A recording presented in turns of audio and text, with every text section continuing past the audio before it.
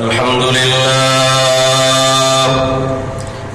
لله نحمده ونستعينه ونستغفره ونؤمن به ونتوكل عليه ونعوذ بالله من شرور أنفسنا ومن سيئات أعمالنا من يهده الله فلا مضل له ومن يضلله فلا هادي له وأشهد أن لا إله إلا الله وحده لا شريك له وأشهد أن سيدنا محمدا حبيبنا وحبيب ربنا صلى الله تعالى عليه وعلى آله وأصحابه وبارك وسلم أما بعد فأعوذ بالله من الشيطان الرجيم بسم الله الرحمن الرحيم يا أيها الذين آمنوا اتقوا الله حق تقاته ولا تموتن إلا وأنتم مسلمون صدق الله مولانا العظيم وصدق رسوله النبي الأمي الكريم ونحن على ذلك لمن الشاهدين والشاكرين والحمد لله رب العالمين سبحانك لا علم لنا إلا ما علمتنا إنك أنت العليم الحكيم معزز مكرم حضرات علماء کرام সম্মানিত মুরব্বিয়ান আযম আল্লাহ সুবহানাহু ওয়া তাআলার শাহী দরবারে অসংখ্য অগণিত শুকরিয়া জানাই। আল্লাহ রাব্বুল আলামিন আমাদেরকে অত্যন্ত মায়া করে মহব্বত করে পছন্দ করে আল্লাহ পাকের ঘরে সমবেত হওয়ার মতো সৌভাগ্য দান করেছেন। এই জন্য আমরা অত্যন্ত আনন্দের সাথে শুকরিয়া আদায় করে নেই আলহামদুলিল্লাহ। অত্যন্ত মুবারক সময় আমরা উপনীত, আমাদের সামনে রমজানুল মুবারক আসন্ন, রজব মাস শুরু হয়ে গেছে। আজকে রজব মাসের 10 তারিখ, এই জন্য রমজানের আবহাওয়া শুরু হয়ে গেছে। অত্যন্ত মুবারক সময় আমাদের সামনে। রজব মাস আসলে আল্লাহ রাসূল রমজানের জন্য দোয়া করতে থাকতেন এবং রমজানের জন্য প্রস্তুতি নিতে থাকতেন। তার উম্মত হিসেবে আমাদেরও সকাল সন্ধ্যা নামাজের পর পর আল্লাহ রাসূলের সেই দোয়াটা বারবার করা দরকার। আল্লাহুম্মা বারিক লানা ফি রজব ওয়া শাবান ওয়া বাল্লিগনা রমাদান। রব্বুল আলামিন রজব আর শাবান মাসে আমাদেরকে বরকত দান করেন এবং আমাদের হায়াতকে রমজান পর্যন্ত পৌঁছায় দেন। রমজানের এত কাছাকাছি এসে যেন আমরা রমজান আসার আগে আগেই যেন দুনিয়া থেকে না যাই। রমজান পর্যন্ত আমাদের হায়াতকে আপনি লম্বা করে দেন। আল্লাহ রাব্বুল আলামিন আমাদের সকলের জন্য এই দোয়াটাকে কবুল করেন। আমরা আলোচনা শুনতেছিলাম ঈমানের বিভিন্ন বিষয় সম্পর্কে। কারণ ঈমান যদি আমাদের ঠিক না থাকে, ঈমানের মধ্যে যদি গন্ডগোল হয়ে যায়, তাহলে সকল আমলই বরবাদ হয়ে যাবে, সব আমলই বরবাদ। ঈমানের উদাহরণ হলো একের মতো। একটা ব্ল্যাকবোর্ডের মধ্যে যদি আপনি এক না লেখেন আর যতগুলো শূন্য লিখবেন, এটার মান কত? শূন্যই। কি বলেন, কথা ঠিক না? যদি শুরুতে এক না থাকে, আপনি শূন্য দিয়ে সারা বোর্ড ভরে ফেললেও ওই শূন্যের কোনো দাম থাকবে না। কিন্তু যদি শুরুতে এক থাকে, তাহলে সামনে একটা শূন্য হলে 10 হয়ে যায়, আরেকটা শূন্য হলে 100 হয়ে যায়, আরেকটা শূন্য হলে 1000 হয়ে যায়। শুরুতে এক ঠিক রেখে শূন্য যত বাড়াবেন, একের দাম আর মান তত বাড়তে থাকবে। ঠিক তেমনি ভাবে ঈমান যদি আমাদের ঠিক হয়, সাথে নামাজ যোগ হয়, রোজা যোগ হয়, যাকাত যোগ হয়, এইরকম ভাবে তেলাওয়াত, জিকির, আজকার ইত্যাদি যোগ হয়ে যায়, দান সদকা সব যোগ হয়ে যায়। যত আমল যোগ হবে, ঈমানের দাম তত বাড়বে। আর যদি কোনো কারণে শুরুর একটা নষ্ট হয়ে যায়, অর্থাৎ ঈমানের মধ্যে কোনো ভেজাল ঢুকে যায়, তাহলে আমল যতই করি না কেন, ওই আমল কোনো কাছে আসবে না। এই জন্য আল্লাহ পাকের উপর আমাদের ঈমান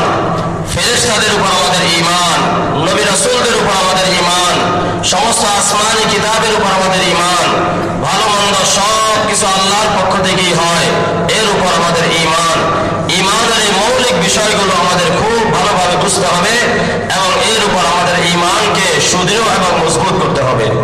আল্লাহ রাব্বুল আলামিন আমাদেরকে তৌফিক দান করেন। আল্লাহ রাব্বুল আলামিনের জাত ও সিফাত সম্পর্কে আমরা সামান্য কিছু আলোচনা করেছি। আল্লাহ রাব্বুল আলামিন আমাদেরকে সে অনুযায়ী আমাদের ঈমান আল্লাহ পাক আমাদেরকে দান করেন। আজকে আমরা আলোচনা করব আল্লাহ পাকের ফেরেশতা জগৎ সম্পর্কে। আল্লাহ পাকের ফেরেশতা জগৎ নিয়ে অনেক বিভ্রান্তি আছে। আরবের মুশরিকরা বলতো যে ফেরেশতা, কেউ বলতো ফেরেশতা বলতে কিছু নাই, কেউ বলতো ফেরেশতারা হলো আল্লাহ পাকের কন্যা, এই জন্য তারা দৃষ্টির অন্তরালে থাকে। কেউ বলে তারা আল্লাহ পাকের ছেলে।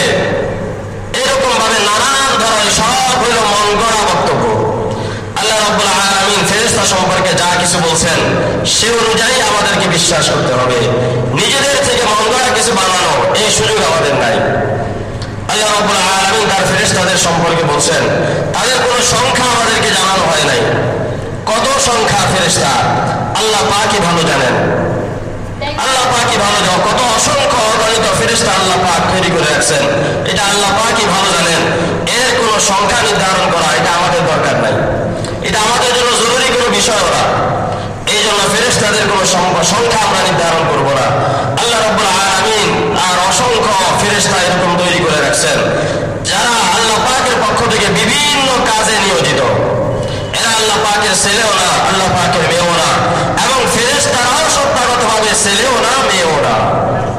তারা আল্লাহ পাকের এক নূরের দ্বারা বিশেষ সৃষ্টি। আল্লাহ পাকের ফেরেশতাদের গুণ হইল তারা আল্লাহ পাকের সবগুলো হুকুম পালন করে। আল্লাহ পাকের কোনো হুকুম লঙ্ঘন করতে তারা জানে না। লা ইয়াসুনা আল্লাহ মা আমারহুম ওয়া ইয়াফআলুনা মা ইউমারুন। তাদেরকে আল্লাহ পাক যা কিছু আদেশ করেন তা ফেরেশতারা পালন করে। আর আল্লাহ পাকের অবাধ্যতা করার কোনো সুযোগ, কোনো শক্তি তাদের নাই। তারা সব সময় আল্লাহ পাকের হুকুম পালন করেই যান। ফেরেশতাদেরকে আল্লাহ পাক এক এক দলকে এক এক কাজে নিয়োজিত করে রাখছেন, এক এক দলকে এক এক কাজে নিয়োজিত করে রাখছেন, এবং বেশিরভাগ হলো আমাদের খেদমতে নিয়োজিত করে রাখছেন। কোরআন কারীমের মধ্যে আল্লাহ পাক বলেন, লাহু মুআক্কিবাতুম মিন বাইনি ইয়াদাইহি ওয়া মিন খালফিহি ইয়াহফাজুনাহু মিন আমরিল্লাহ। আমাদের সামনে এবং পিছনে আল্লাহর পক্ষ থেকে ফেরেশতারা নিয়োজিত আছে। তারা আল্লাহর হুকুমে বিভিন্ন বিপদ আপদ থেকে আমাদেরকে হেফাজত করে। তাফসীরে কুরতুবীর মধ্যে লিখছে, যদি আল্লাহর পক্ষ থেকে এই ধরনের ফেরেশতা নিয়োজিত না থাকতো তাহলে পাখি যেমন আকাশে, বাজ পাখি যেমন, চিল যেমন মুরগির ছোট ছোট বাচ্চাগুলোকে এইভাবে সো মেরে নিয়ে যায়, জিন্নাতরাও আমাদের মানুষের ছোট ছোট বাচ্চাদেরকে এরকম সো মেরে নিয়ে যেত। ফেরেশতারা আল্লাহর পক্ষ থেকে আমাদেরকে হেফাজত করেন। আল্লাহ রাব্বুল আলামিন আমাদের দাম আর সম্মান কি পরিমাণ বাড়িয়ে দিয়েছেন। ফেরেশতাদের থেকে আমরা যদি ঈমান এবং আমল বানাইতে পারি তাহলে আমাদের দাম ফেরেশতার চাইতেও আল্লাহ পাকের কাছে আরো অনেক বেশি। এই জন্য ফেরেশতারা আমাদের খেদমতে নিয়োজিত আছেন। একদল ফেরেশতা সকালবেলা আসে, ফজরের সময় আসে, আসরের সময় চলে যায়। আরেকদল আসরের সময় আসে, ফজরের সময় আল্লাহ পাকের কাছে চলে যায়। আল্লাহ রাব্বুল আলামিন তাদেরকে জিজ্ঞেস করেন, তোমরা কোথায় গিয়েছিলে? আল্লাহ পাক নিজে সবকিছু জানেন, তারপরও জিজ্ঞেস করেন কোথায় গিয়েছিলে? ফেরেশতারা জবাব দেন, আপনার বান্দাদের কাছে আমরা গিয়েছিলাম। তাদেরকে কি অবস্থায় দেখছো তোমরা? যেহেতু তারা ফজরের নামাজের সময় আসছে, আসরের সময় তারা চলে গেছে, তখন তারা রিপোর্ট করে, আমরা গিয়েও দেখছি তারা নামাজ পড়ে, আসার সময় দেখছি তারা নামাজ পড়ে। আরেক দল আসরের সময় আসে, ফজরের সময় চলে যায়, তারাও গিয়ে রিপোর্ট করে, আমরা গিয়ে দেখছি তারা নামাজ পড়ে, আবার আসার সময়ও দেখছি তারা নামাজ পড়ে। এখন কথা হলো, আল্লাহ পাক এগুলো জিজ্ঞেস করেন কেন? তিনি তো সব কিছু জানেন, তার অজানা তো কিছু নাই, তারপরেও তিনি জিজ্ঞেস করেন কেন? এর ভিতরে বড় একটা রহস্য লুকায়িত আছে। খুশতারা বাশাদ কে সিররে দিলরুবা গুফতায়াত দার হাদিসে দিগারা। আপনি যাকে মহব্বত করেন আর ভালোবাসেন, তার প্রশংসা যদি আপনি করেন, এটা কি হয় না, অতটা শক্তিশালী হয় না। আপনি যাকে মহব্বত করেন আর ভালোবাসেন, আপনি চান তার প্রশংসা অন্যরা করুক, আমি শুনি। কি বলেন, কথা ঠিক না? আল্লাহ রাব্বুল আলামিন মানুষকে এই পরিমাণ মহব্বত করেন আর ভালোবাসেন যে মানুষের ভালো রিপোর্টগুলো কাছে ভালো লাগে। এই কারণে আল্লাহ পাক জিজ্ঞেস করেন তাদেরকে কি অবস্থায় পাইছো। তিনি সব জানেন, তারপরে যেহেতু মানুষকে মহব্বত করেন আর ভালোবাসেন, তো মানুষের ভালো অবস্থাগুলো একটু শুনতে চান। আল্লাহ পাক আমাদেরকে এই পরিমাণ মহব্বত করেন আর ভালোবাসেন, কিন্তু আমরা আল্লাহ পাককে মহব্বত করে আর ভালোবেসে তাকে সেজদা করার মতো সময় আমাদের হয় না। কি বলেন, কোথায় কিনা আমাদের সময় হয় না, অথচ আল্লাহ পাক কি পরিমাণ মহব্বত করেন আর ভালোবাসেন। আল্লাহ রাব্বুল আলামিন ফেরেশতাদের আরেক দলকে নিয়োজিত করে রাখছেন আমাদের আমলনামা লেখার জন্য, আমাদের আমলনামা লেখার জন্য। কিরামান কাতিবিন, সম্মানিত ফেরেশতারা, তারা আমাদের আমলনামা লেখে। ভালো কাজ করলেও তারা লেখে, মন্দ কাজ করলেও তারা লেখে। কিয়ামতের ময়দানে যখন বিশাল আমলনামা আমাদের সামনে ছেড়ে দেওয়া হবে, মানুষের আশ্চর্য হয়ে যাবে। ووضع الكتاب فترى المجرمين مشفقين مما فيه لا يغادر صغيرة ولا كبيرة إلا أحصاها। মানুষরা যখন দেখবে হায় হায় এ কেমন আমলনামা, এ কেমন আমলনামা, একটা শব্দ ছাড়া হয় নাই, কোনো বড় কাজও ছাড়া হয় নাই, কোনো ছোট কাজও ছাড়া হয় নাই। প্রকাশ্যে যা করেছি তাও লিপিবদ্ধ আছে, গোপনে যা করেছি তাও লিপিবদ্ধ আছে। মা লিহাজাল কিতাব, এই কেমন আশ্চর্যজনক আমলনামা। মানুষের আশ্চর্য হয়ে যাবে, কিছুই তো ছাড়া হয় নাই, সব আছে। আল্লাহ পাক এই আমলনামা হাতে দিবেন, বড় করুণ ভাবে দিবেন। যদি আমলনামা ভালো হয় তাহলে তো সম্মানের সাথে তার ডান হাতে দিয়ে দেওয়া হবে, ডান হাতে দিয়ে দেওয়া হবে। তখন মানুষেরা দুনিয়াতে পরীক্ষায় ভালো ফলাফল করলে যেমন দৌড়ায় বাবাকে দেখায়, বাবা আমার রেজাল্ট কার্ডটা দেখেন, মাকে দেখায়, বোনকে দেখায়, ভাইকে দেখায়, বন্ধু বান্ধবকে ডাক দেয়, আত্মীয় স্বজনকে খবর দেয়, ঠিক তেমনি ভাবে কিয়ামতের ময়দানে এইরকম ভাবে যখন বান্দা তার ভালো আমলনামা তার হাতে চলে আসবে, সে তখন গোটা হাসরবাসীকে ডাকতে থাকবে, হা উমকরাউ কিতাবিয়া, আসো তোমরা আমার কত সুন্দর আমলনামা দেখো, কত সুন্দর আমলনামা আমার দেখো, ডাকতে থাকবে মানুষকে। আর যদি আমলনামা ভালো না হয়, আমলনামা ভালো না হয়, তখন তার বাম হাতে দেওয়া হবে এবং সেই দেওয়াটা স্বাভাবিক অবস্থায় দেওয়া হবে না। স্বাভাবিকভাবে বাম হাতটাকে দুই সিনার মাঝখান দিয়ে ঢুকাইয়া পিছনে নিয়ে যাওয়া হবে, দুই সিনার মাঝখান দিয়ে ঢুকাইয়া পিছন দিকে নিয়ে যাওয়া হবে, পিঠের দিক থেকে হাত বের হবে, তখন তার আমলনামাটা ওই পিছন দিক থেকে তার হাতে বাম হাতে রেখে দেওয়া হবে। এরপরে যেহেতু পিছনে দেখতে পারবে না, দেখার জন্য একজন ফেরেশতা এসে তার ঘাটটাকে মটকিয়ে পিছনের দিকে নিয়ে দেবে। এরপরে সে আফসোস করবে, হায় এই আমলনামা যদি আমাকে দেওয়া না হইতো, এই আমলনামা যদি আমাকে দেওয়া না হইতো, আমার যদি কোনো হিসাব কিতাব না হইতো, আমি যদি মানুষ না হইতাম কতই না ভালো হইতো, আমি যদি মাটি হইতাম কতই না ভালো হইতো। কিন্তু সেই দিন আর আফসোস করে কোনো লাভ হবে না। তো ফেরেশতাদের এক দল এইরকম আমাদের আমলনামাগুলো লিখতেছেন, যত গোপনেই আমি থাকি না কেন। দেখেন দুনিয়ার সরকারেরাও তাদের রাষ্ট্র পরিচালনার জন্য গোয়েন্দার প্রয়োজন। কোথায় রাষ্ট্রের বিরুদ্ধে কেউ কোনো ষড়যন্ত্র করতেছে কিনা, কি বলেন, প্রয়োজন আছে কিনা। কিন্তু রাষ্ট্রের গোয়েন্দা কোথায় যাইতে পারে, আল্লাহ পাক এমন গোয়েন্দা ফিট করে দিয়েছেন, আপনি যেখানে তারাও সেখানে, আপনি যেখানে তারাও সেখানে, আমি যেখানে তারাও সেখানে, তাদের থেকে বিচ্ছিন্ন হওয়ার কোনো সুযোগই নাই। এই হাত আল্লাহ পাকের গোয়েন্দা, এই চোখ আল্লাহ পাকের গোয়েন্দা, এই জবান আল্লাহ পাকের গোয়েন্দা, এই পা আল্লাহ পাকের গোয়েন্দা। বলেন এগুলোর থেকে আমি আমাকে বিচ্ছিন্ন করার ক্ষমতা আছে?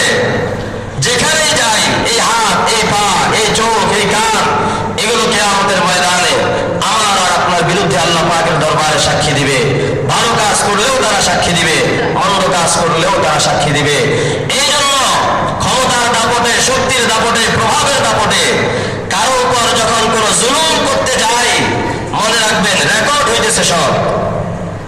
যে হাত দিয়ে জুলুম করতেছি, যে হাত দিয়ে অন্যায় সাইনটা করতেছি, এই হাত আল্লাহ পাকের দরবারে আমার বিরুদ্ধে কি করবে, আল্লাহ পাকের দরবারে অভিযোগ দায়ের করবে, মামলা দায়ের করবে যে আমাকে ব্যবহার করে এই অন্যায়টা করেছিল।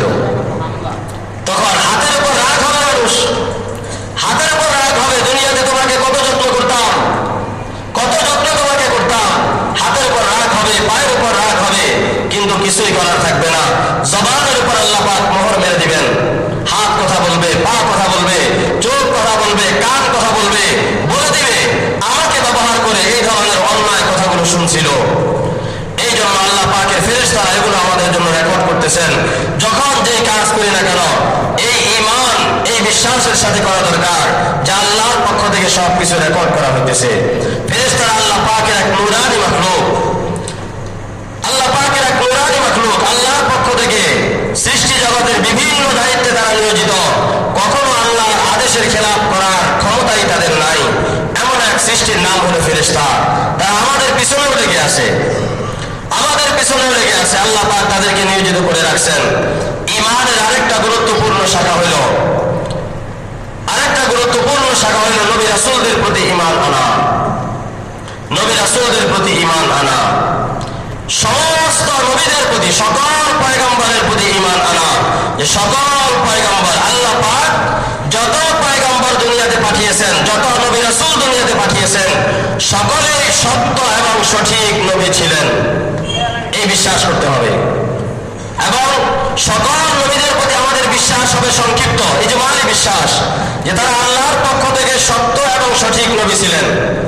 কতজন নবী রাসূল, এই সংখ্যা নির্ধারণ করার কোনো প্রয়োজন নেই। কি বলেন? এই সংখ্যা আল্লাহ পাক কুরআন হাদিসের মধ্যে ঘাটলে দেখা যায় বেশিতে বেশি 26 জন নবীর নাম আল্লাহ পাক আলোচনা করেছেন। 26 জন। অথচ নবী রাসূল ছিল আরো অনেক বেশি। সংখ্যা নির্ধারণ করার কোনো প্রয়োজন নাই। আমাদের সংক্ষিপ্ত ঈমান হবে এমন, যত নবী রাসূল আল্লাহ পাক দুনিয়াতে পাঠিয়েছেন সকলেই সত্য এবং সঠিক নবী ছিলেন। একজন নবীও কি ছিলেন না? গোমরা ছিলেন না, পথভ্রষ্ট ছিলেন না। আল্লাহর পক্ষ থেকে যত নবী রাসূল দুনিয়াতে আসছিলেন সকলেই সত্য এবং সঠিক ছিলেন, এই বিশ্বাস। আর আমরা অনুসরণ করবো একমাত্র মুহাম্মদুর রাসূলুল্লাহ সাল্লাল্লাহু তাআলা আলাইহি ওয়াসাল্লাম। অনুসরণ হবে রাসূলের। অনেক সময় কেউ প্রশ্ন করতে পারে, আমরা যে কুরবানি করি এটা তো বলেন যে এটা ইব্রাহিম আলাইহিস সালামের সুন্নাত। কি বলেন? হজের অনেকগুলো আমল ইব্রাহিম আলাইহিস সালাম, ইসমাঈল আলাইহিস সালাম যা করেছিলেন তাই করা। এটা এই জন্য না যে ইব্রাহিম আলাইহিস সালাম করেছিলেন, রাসূল অনুমোদন দিয়েছেন তাই আমরা করি। উনি করেছেন এটা ঠিক আছে, কিন্তু সেই করাটাকে রাসূলও অনুমোদন দিয়েছেন। কথাটা খেয়াল করেন, রাসূলও অনুমোদন দিয়েছেন, এই কারণে সেটা আমাদের জন্য শরীয়ত হয়ে গেছে। যদি রাসূল নিষেধ করতেন তাহলে এটা বাদ হয়ে যাইত। কি বলেন? কথা ঠিক না? এই জন্য অন্যান্য নবীদের কিছু বিধিবিধান ইসলামের মধ্যেও বাকি আছে। সেটা এই জন্য আছে, এই জন্য না যে আগের নবীর শরীয়ত, এই জন্য যে রাসূল অনুমোদন করেছেন। রাসূল অনুমোদন করেছেন, আল্লাহ পাক সেটাকেও আমাদের উপর বাকি রাখছেন, এই জন্য আমরা মানি। এই জন্য সকল নবীদের প্রতি আমাদের বিশ্বাস হবে তারা সবাই সত্য এবং সঠিক ছিলেন। আর বিস্তারিত ঈমান হবে রাসূলের উপর, পরিপূর্ণ অনুসরণ হবে রাসূলের, আমাদের প্রিয় নবী মুহাম্মদুর রাসূলুল্লাহ সাল্লাল্লাহু তাআলা আলাইহি ওয়াসাল্লামের। এই জন্য রাসূলদের কাউকে বিশ্বাস করা, কাউকে বিশ্বাস না করা, এটা মুমিনদের কাজ না। ইহুদিরা মুসা আলাইহিস সালামকে মানে, কিন্তু ঈসা আলাইহিস সালামকে মানে না, আরো অনেক নবীকে মানে না। খ্রিস্টানরা ঈসা আলাইহিস সালামকে মানে, আরো অনেক নবীকে তারা মানে না, বরং নবীদের বিরুদ্ধে বিদ্বেষ, নবীদের বিরুদ্ধে মিথ্যা জঘন্যতম অপবাদ পর্যন্ত তারা দিয়ে দেয়। আর আমরা মুসলমান যারা, আমাদের বিশ্বাস হলো আল্লাহর পক্ষ থেকে যত নবী রাসূল দুনিয়াতে আসছিলেন সকলেই সত্য এবং সঠিক ছিলেন। সবার উপর আমাদের ঈমান, একজন নবীকেও আমরা আমাদের বিশ্বাস থেকে বাদ দেই না। কোরআনে পাকের মধ্যে আল্লাহ পাক বলেন, লা নুফাররিকু বাইনা আহাদিন মির রাসূলিহি, যে আমরা কোন রাসূলদের মধ্যে আমরা পার্থক্য করি না। এখানে পার্থক্য হলো ঈমানের ক্ষেত্রে, সকলের প্রতি আমাদের ঈমান, সকলের প্রতি আমাদের ঈমান। আর ইত্তেবার অনুসরণ হবে মুহাম্মদুর রাসূলুল্লাহ সাল্লাল্লাহু তাআলা আলাইহি ওয়াসাল্লাম। এবং সকল পয়গম্বরদের প্রতি আমাদের ঈমান থাকতে হবে। তারা ফেরেশতাও ছিলেন না, জিনও ছিলেন না, তারা আমাদের মতো মাটির তৈরি মানুষই ছিলেন। তারা কি ছিলেন? মানুষ ছিলেন। অনেকে নবী রাসূলদেরকে মানুষ বলতে ইতস্ত করে। কেন ইতস্ত করবেন? কারণ মানুষের সম্মানটাই তো বেশি। কি বলেন? কথা ঠিক না? আল্লাহ রাব্বুল আলামিন আদম আলাইহিস সালাতু ওয়াস সালামকে সৃষ্টি করার পর কি বলেন, কাকে সম্মান দিয়েছেন? আদম আলাইহিস সালামের জন্য বলছেন ফেরেশতারা তোমরা সম্মানজনক সিজদা তাকে করো। কি বলেন, কথা ঠিক না? তো মানুষ সবার মধ্যেই তো সম্মান। আরেকটা ব্যাপার হলো নবী রাসূল আসেন হেদায়েতের জন্য। কিসের জন্য? হেদায়েতের জন্য। তো মানুষের জন্য যদি মানুষ নবী না হন, তিনি মানুষের হেদায়েত করতে পারবেন না। কারণ মানুষের দুঃখ বেদনা, মানুষের স্বভাব, মানুষের অনুভূতি, মানুষের দুঃখ কষ্ট, মানুষের চিন্তা চেতনা, এটা আরেকজন মানুষ বুঝতে পারে। এটা ফেরেশতা বুঝবে না, এটা জিনরা বুঝবে না। কি বলেন, কথা ঠিক না? এই জন্য মানুষের হেদায়েতের জন্য মানুষ নবীর প্রয়োজন। ফেরেশতা বুঝবে না স্বামী স্ত্রীর মধ্যে কি ধরনের সম্পর্ক হওয়া দরকার, তার তো সে অনুভূতিই নাই। ফেরেশতা তো পুরুষও না, মহিলাও না। সুতরাং পুরুষের কি দায়িত্ব পালন করতে হবে, মহিলার কি দায়িত্ব পালন করতে হবে, এটা একজন ফেরেশতার পক্ষে বোঝা সম্ভব না, এটা একজন মানুষের পক্ষেই বোঝা সম্ভব। কি বলেন, কথা ঠিক না? এই জন্য মানুষের জন্য মানুষ নবীর প্রয়োজন। মানুষের জন্য মানুষ নবীর প্রয়োজন। আরবের কাফিররা প্রশ্ন করতে অনেক সময়, মা লিহাদার রাসূল ইয়াকুলুত তাআম ওয়া ইয়ামশি ফিল আসওয়াক। আরে কেমন রাসূল? রাসূল দেখি আমাদের মতো খানা খায়, আমাদের মতো বাজারে চলে, আমাদের মতো বিয়ে শাদীও করে, এটা আবার কেমন রাসূল? রাসূল তো এমন হবেন যে তার হাট বাজারের দরকার হবে না, খানার দরকার হবে না, তার বিয়ে শাদীর দরকার হবে না। তিনি যদি হাট বাজার না বুঝেন, খাবার না বুঝেন, বিয়ে শাদী না বুঝেন, তো তোমাদেরকে হাট বাজার বিয়ে শাদী এগুলো বুঝাবেন কিভাবে? কি বলেন, কথা ঠিক না? রাসূল এমন রাসূল হওয়া দরকার যিনি মানুষের প্রয়োজনগুলো বুঝেন, বুঝে বুঝে মানুষের প্রয়োজনগুলো সঠিক সমাধান দিতে পারেন। এই জন্য সকল নবী রাসূল মানুষ ছিলেন। সকল নবী রাসূল কি ছিলেন? কোরআনে পাকের মধ্যে আল্লাহ তাআলা বলেন, কুল ইন্নামা আনা বাশারুম মিসলুকুম ইউহা ইলাইয়া আন্নামা ইলাহুকুম ইলাহুন ওয়াহিদ। নিশ্চয়ই আমি তোমাদের মতোই একজন মানুষ, তবে পার্থক্য হলো এই, আল্লাহর পক্ষ থেকে আমার কাছে ওহী আসে আর তোমাদের কাছে ওহী আসে না। এটা হলো পার্থক্য। এটা হলো পার্থক্য। তোমরা যেমন মা বাবার মাধ্যমে দুনিয়াতে আসছো, আমি ওই রকম মা বাবার মাধ্যমে দুনিয়াতে আসছি। কিন্তু এখন কেউ বলতে পারে যে মানুষ বললে তো আমাদের মতো সব মানুষ কি সমান? কি বলেন, সব মানুষ কি সমান? আমাদের দেশের প্রেসিডেন্টের সম্মান আর আমাদের দেশের একজন সাধারণ নাগরিকের সম্মান কি সমান? কি বলেন? তাই বলে কি প্রেসিডেন্ট মানুষ না? প্রেসিডেন্ট কি পেশাব পায়খানা করে না? কি বলেন? তিনি মানুষ, কিন্তু পার্থক্য হয় যোগ্যতার ভিত্তিতে। কিসের ভিত্তিতে? যোগ্যতার ভিত্তিতে। জাতি হিসেবে সবাই এক, কিন্তু যোগ্যতা কারো অনেক বেশি, কারো কম। যোগ্যতার ভিত্তিতে সম্মানের কম বেশি হয়ে যায়। রাসূল মানুষ, অসাধারণ মানুষ। কি মানুষ? পরশ পাথরের মতো মানুষ। কি বলেন? সারা পৃথিবীর সব পাথর পাথর। হজরে আসওয়াদ যেটা আছে কাবা শরীফে লাগানো, সেটাও পাথর। পাথর হিসেবে তো এক, কিন্তু সবটার মর্যাদা কি এক? আমরা সারা পৃথিবীর সবাই মানুষ, সাধারণ পাথরের মতো মানুষ। রাসূল মানুষ, হজরে আসওয়াদের মতো মানুষ। কি বলেন? রাসূল আমাদের মতো সাধারণ মানুষ না, অসাধারণ মানুষ। তিনি মহামানব, কিন্তু আমাদের মতো মানুষের সব কিছু অনুভূতি তার আছে। মানুষের সব অনুভূতি তার আছে। মানুষের দুঃখ কষ্ট তিনি বুঝেন, মানুষের স্বভাব চরিত্র তিনি বুঝেন, মানুষের প্রয়োজনগুলো তিনি বুঝেন। আর রাসূল যদি এগুলো না বুঝেন, তিনি সঠিক সমাধান দিতে পারবেন না। ক্ষুধার যন্ত্রণা যে বুঝে না, কি ভাই, ক্ষুধার যন্ত্রণা যে বুঝে না, এটা কথা আছে না, কি যাতনা বিষে বুঝিবে সে কিসে, কবু আসে বিষে ধ্বংসে নিজারে। সাপে যারা দংশন করে নাই, সাপের বিষে কি কষ্ট, এটা সে বুঝবে না। কি বলেন, কথা ঠিক না? সুতরাং মানুষের জন্য মানুষ নবীর প্রয়োজন। মানুষের জন্য মানুষ নবীর প্রয়োজন। যারা অতি আবেগে রাসূলকে ফেরেশতা বানাইতে চায়, এরা আসলে আবেগে বানাইতে চায়। এই বিশ্বাসের সাথে কোরআন হাদিসের সম্পর্ক নাই। আল্লাহ পাক বলছেন, যদি জমিনে ফেরেশতারা থাকতো, জমিনে যদি ফেরেশতাদের নিকট আমি রাসূল পাঠাইতাম, তাহলে ফেরেশতা রাসূল পাঠাইতাম। রাসূল যেহেতু মানুষের নিকট পাঠিয়েছি, এই জন্য আমি মানুষ রাসূল পাঠিয়েছি। সমস্ত পয়গম্বর, সকল পয়গম্বর সবাই মানুষ ছিলেন।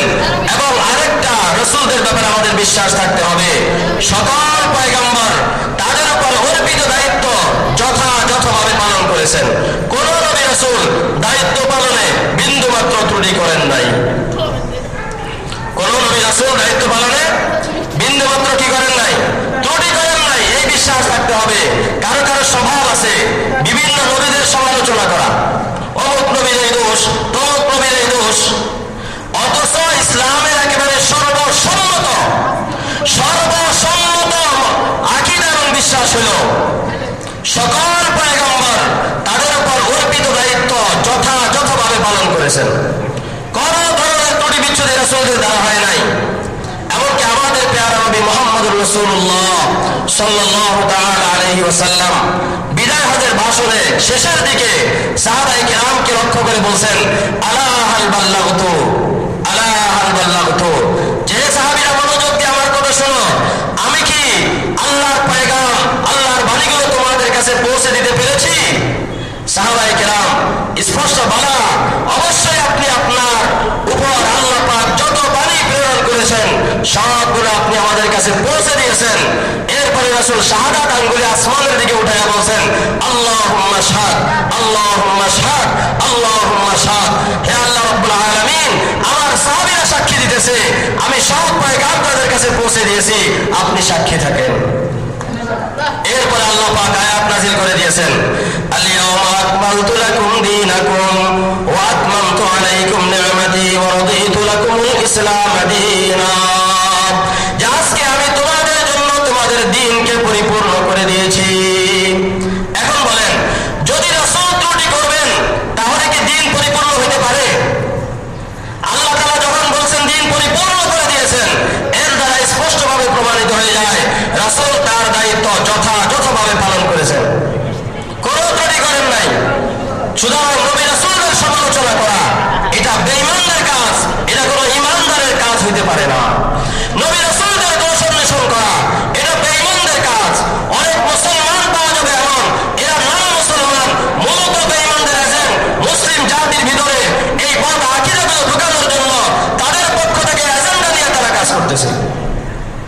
যেখান থেকেই দেখবেন কোন নবী রাসূলের সমালোচনা আসতেছে, কোন নবী রাসূলের সমালোচনা আসতেছে, কোন সন্দেহ নাই এরা বেঈমানদের এজেন্ট। তার পাগড়ি যত লম্বাই হোক না কেন, দাড়ি যত সাদাই হোক না কেন, তার থেকে যত সুগন্ধই বের হোক না কেন, যত কারামতি সে প্রকাশ করুক না কেন, যত অস্বাভাবিক ঘটনা সে দেখাক না কেন, নবী রাসূলের সমালোচনা যদি করে নিঃসন্দেহে সে বেঈমানদের এজেন্ট। কি বলেন, কথা ঠিক কিনা? নবী রাসূলের সমালোচনা যারা করবে নিঃসন্দেহে তারা বেঈমানদের এজেন্ট, নিঃসন্দেহে যাই হোক না কেন। এই জন্য আমাদের পরিষ্কার আকীদা বিশ্বাস হইল সকল পয়গম্বর মাসুম, সকল পয়গম্বর নিষ্পাপ। সকল পয়গম্বর কি নিষ্পাপ? সকল পয়গম্বর নিষ্পাপ, নবুয়তের আগেও নিষ্পাপ, নবুয়তের পরে তো আরো উত্তমভাবে তারা নিষ্পাপ। কোন পয়গম্বর পক্ষ থেকে, কারণ তারা আল্লাহর পক্ষ থেকে সংরক্ষিত, নবী রাসূলগণ কি আল্লাহর পক্ষ থেকে সংরক্ষিত। এই জন্য নবী রাসূলদের ব্যাপারে আমাদের পরিষ্কার আকীদা হলো তারা মাসুম, তারা নিষ্পাপ। এবং আরেকটা পরিষ্কার আকীদা বিশ্বাস আমাদের নবী রাসূলদের ব্যাপারে নবুয়তের ধারাবাহিকতার সর্বশেষ নবী হলেন মুহাম্মদুর রাসূলুল্লাহ সাল্লাল্লাহু তাআলা আলাইহি ওয়াসাল্লাম। নবুয়তের ধারাবাহিকতার সর্বশেষ রাসূল হলেন মুহাম্মদুর রাসূলুল্লাহ সাল্লাল্লাহু তাআলা আলাইহি ওয়াসাল্লাম। রাসূলের পরে আর কেউ নবী হওয়া সম্ভবই নয়।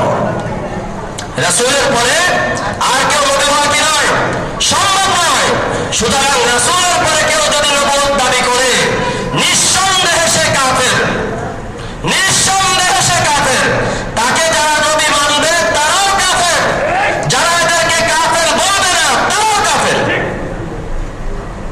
খুব ভালো করে বুঝবেন, এটা ঈমানের প্রশ্ন। মুসলিম জাতি এক ও ভিন্ন, যে আকীদা এবং বিশ্বাসকে ভিত্তি করে বেঈমানরা এমনি তো সামরিকভাবে আক্রমণ করতেছে আমাদের উপর, সামরিকভাবে আক্রমণ করে আমাদেরকে নিঃশেষ করা সম্ভব হবে না। আমরা তখন নিঃশেষ হয়ে যাব যখন আমাদের আকীদা নষ্ট হয়ে যাবে। আল্লামা ইকবাল বড় সুন্দর করে বলেছিলেন, হ্যায় জিন্দা ফাকাদ ওয়াহদাতে আফকার সে মিল্লাত, ওয়াহদাত ফানা জিসসে ওয়া ইলহাম বিইলহাদ, ওয়াহদাত কি হিফাজত नहीं बेकुव्वत बाजू आते नहीं कुछ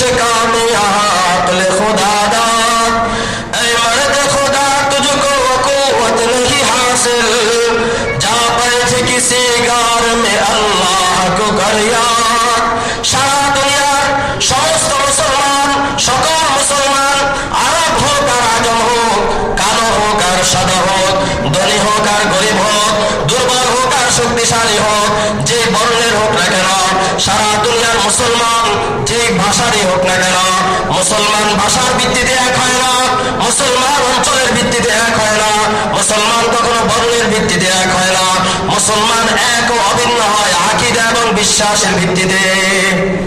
আকীদা এবং বিশ্বাস, আরবের যে আকীদা হবে আজমেরও সেই আকীদা হবে, সাদা মানুষের যে আকীদা হবে কালা মুসলমানেরও সেই আকীদা হবে। আকীদার ভিত্তিতে আমরা এক। সুতরাং বেঈমানরা চায় আমাদের আকীদার মধ্যে গন্ডগোল সৃষ্টি করে দিতে। এই জন্য কাদিয়ানী নামক আহমদিয়া মুসলিম জামাত নামক যে গ্রুপ, যে জামাত আমাদের দেশে আছে, আমাদের জন্য চরম অপমানজনক, চরম লজ্জাজনক। যারা ছিল আমাদের স্বাধীনতা বিরোধী, যারা ছিল আমাদের দেশ বিরোধী, যারা ছিল ইংরেজদের দালাল, ইংরেজদের তৈরি করা নবী, যাদেরকে সৃষ্টি করা হয়েছিল এই দেশের মুক্তিযোদ্ধাদেরকে দমন করার জন্য, তাদেরকে এই দেশে বসা হবে, এটা আমাদের স্বাধীনতার চেতনার সাথে সাংঘর্ষিক। কি বলেন, কথা ঠিক কিনা? সুতরাং যারা স্বাধীনতায় বিশ্বাস করে, ইসলাম আর ধর্মীয় বিষয় না হয় বাদে দিলাম, যারা স্বাধীনতায় বিশ্বাস করে তারা কাদিয়ানীদেরকে এই দেশে থাকতে দিতে পারে না। এরা দেশ বিরোধী, এরা ইংরেজদের দালাল এবং ইংরেজরা এদেরকে তৈরি করেছিল এদেশের স্বাধীনতা সংগ্রামকে নস্যাৎ করে দেওয়ার জন্য। এই জন্য সকল মুসলমান একমত, রাসূলের পরে কেউ নবী হওয়া সম্ভব না। কেউ যদি নবী দাবি করে সে কাফের, তাকে যারা মানবে নবী তারাও কাফের, যারা এদেরকে কাফের বলবে না তারাও কাফের। এই জন্য আমাদের একেবারে আকুল নিবেদন হলো যে এই দেশে তাদেরকে রাষ্ট্রীয়ভাবে অমুসলিম ঘোষণা করতেই হবে, এর কোনো বিকল্প নাই। এত বড় ইসলামের দুশমন হওয়ার পরেও মুসলিম নামে পাসপোর্ট করে মক্কা মদিনায় গিয়ে আমাদের পবিত্র স্থানগুলো তাদের অপবিত্র পথ দিয়ে তারা মানাইবে, এটা আমাদের ঈমানের কলিজায় তারা আঘাত করে। কি বলেন, কথা ঠিক কিনা?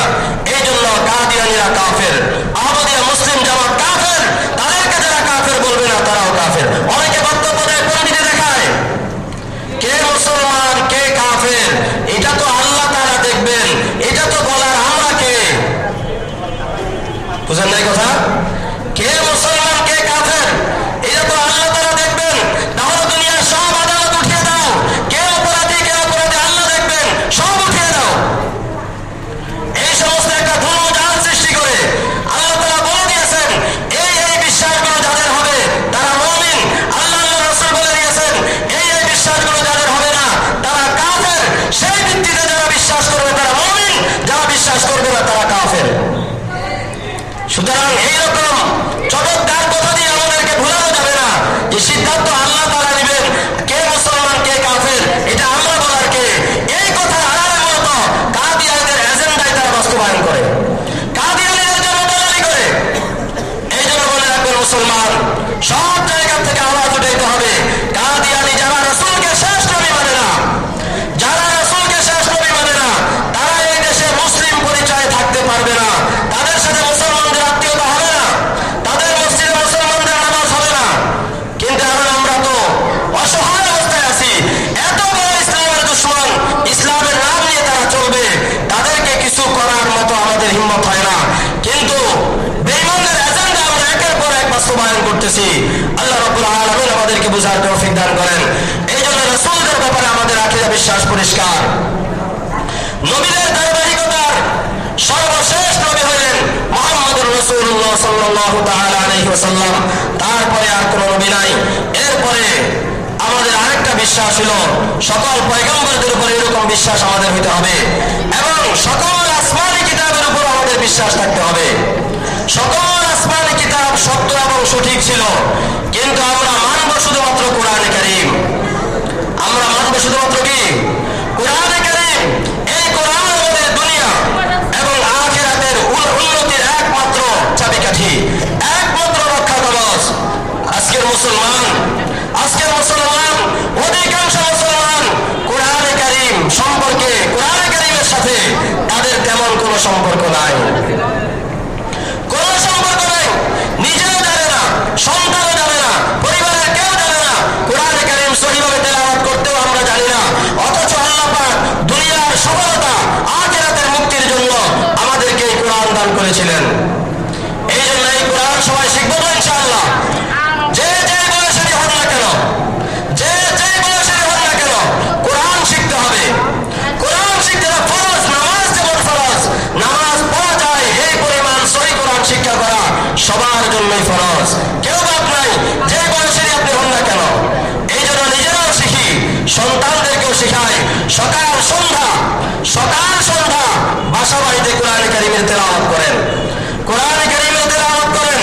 এই জন্য আজকে সারা পৃথিবীতে মুসলমানদের যে দুরবস্থার কারণ এটা রাসূলকে বাদ দেওয়া, কোরআনকে বাদ দেওয়া, এর বাইরে আর কোনো কারণ নাই।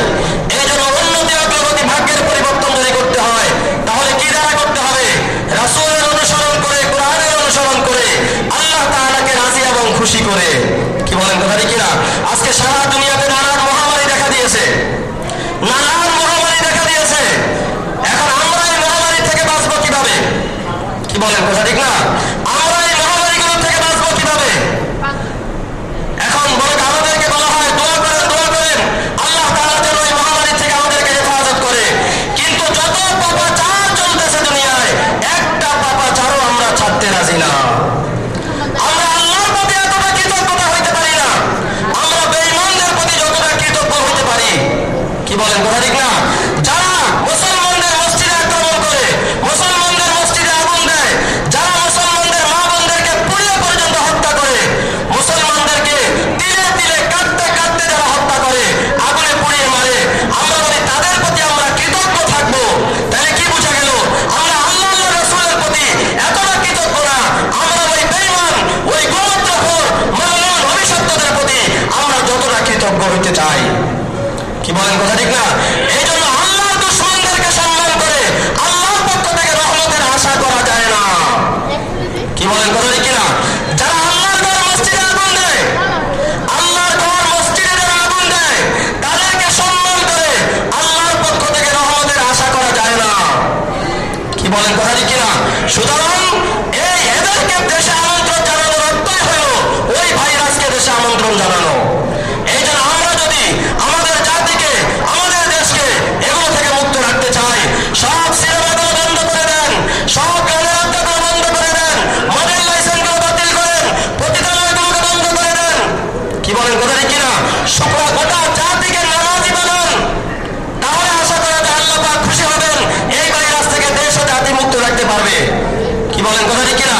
কিন্তু না, বেঈমানদেরকে সম্মান করব, আল্লাহর দুশমনদেরকে সম্মান করব। আল্লাহর দুশমনদেরকে সম্মান করে আল্লাহর কাছ থেকে রহমতের আশা করা যায় না। এই জন্য সামনে রমজান মাস আসতেছে, আমরা প্রস্তুতি গ্রহণ করি। সামনে রমজান মাস আসতেছে, আমরা প্রস্তুতি গ্রহণ করি যেন রমজান মাস আমরা গুনাহমুক্ত অবস্থায় কাটাইতে পারি। কি বলেন কথা ঠিক কিনা? আরেকটা কথা বলে দেই, আমার অন্তত চিন্তা হলো এই যে ভাইরাস সারা পৃথিবীতে দেখা দিয়েছে, যে ভাইরাস সারা পৃথিবীতে দেখা দিয়েছে, ভাইরাসের বিপরীত যেটা থাকে এটাকে কি বলে? অ্যান্টিভাইরাস, তাই না? এই ভাইরাসের অ্যান্টিভাইরাস এই দুইটা জিনিস হইতে পারে। সেটা হলো এক নম্বর, সকল গুনাহকে বর্জন করেন, সকল গুনাহকে বর্জন করেন, বেঈমানদের নীতি আদর্শগুলোকে বর্জন করেন, 5 ওয়াক্ত নামাজ পড়েন, 5 ওয়াক্ত নামাজের 5 বারের ওযু এর মাধ্যমে হইতে পারে এই ভাইরাস আমাদের দেহে আসতে পারবে না। এই ভাইরাস আমাদের দেহে আসতে পারবে না। 5 ওয়াক্ত নামাজের ওযু হইতে পারে অ্যান্টিভাইরাস। কি বলেন কথা ঠিক কিনা? এই জন্য মুসলমান তো এমন হয়ে গেছে, আমরা 5 ওয়াক্ত নামাজ পড়তে পর্যন্ত রাজি না। কিন্তু আল্লাহর কাছে দোয়া করি, আল্লাহর কাছে দোয়া করি, আমল পরিবর্তন না করে শুধু দোয়া দিয়ে কিচ্ছু হয় না। কি বলেন কথা ঠিক কিনা? এই জন্য আমরা এই দুইটা কাজ মনে রাখবো। বেঈমানদেরকে আমরা সম্মান করবো না। বেঈমান যারা ইসলামের দুশমন, আল্লাহর দুশমন, আল্লাহর ঘরে আগুন দেবে যারা, তাদেরকে আমরা সম্মান করবো না। সব গুনাহকে বর্জন করবো, 5 ওয়াক্ত নামাজ পড়বো, 5 ওয়াক্তের নামাজের ওযুই হইতে পারে সকল ভাইরাসের জন্য অ্যান্টিভাইরাস। কি বলেন কথা ঠিক কিনা? আল্লাহ সুবহানাহু ওয়া তাআলা